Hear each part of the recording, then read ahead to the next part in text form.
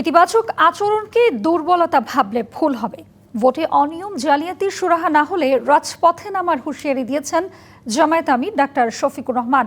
দেশের বিভিন্ন জায়গায় তার দলের কর্মী সমর্থকদের ওপর হামলার অভিযোগও করেন তিনি।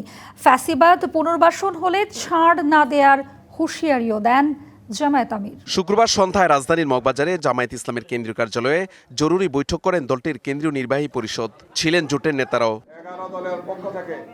পরে রাতে গণমাধ্যমে বিস্তারিত তুলে ধরেন জামায়াত আমির। বলেন, যারা সরকার গঠন করবে গণভোটের রায় বাস্তবায়ন দায়িত্ব তাদের। আবার আমাদের কাছে ডকুমেন্ট আছে, বিভিন্ন জায়গায় রেজাল্ট শিটের উপর কষামাজা করা হয়েছে। এ সময় বিভিন্ন জায়গায় ফলাফল পাল্টে দেওয়া সহ অনিয়ম জালিয়াতির অভিযোগ করেন তিনি। ফলাফলের পর নেতাকর্মীদের বাড়ি ভাঙচুরের অভিযোগ করেন।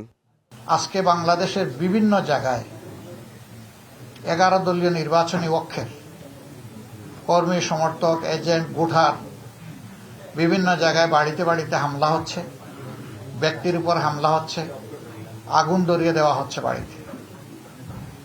এটা তো ফেসিবাদী তৎপরতা।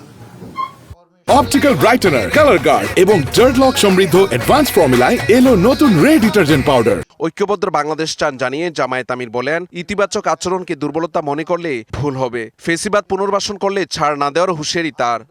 আমাদের ভদ্রতাকে, ইতিবাচক দৃষ্টিভঙ্গিকে কেউ যদি দুর্বলতা মনে করেন, তারা নিজের উপরে জুলুম করবেন।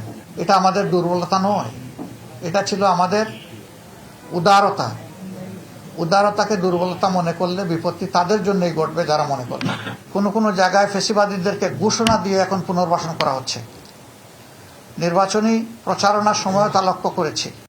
এ সময় এনসিপির আহ্বায়ক নাহিদ ইসলাম অভিযোগ করে বলেন, প্রশাসনকে ব্যবহার করে ছিনিয়ে নেওয়া হয়েছে ফলাফল। প্রশাসনকে ব্যবহার করে সেই ফলাফল পরিবর্তন করা হয়েছে।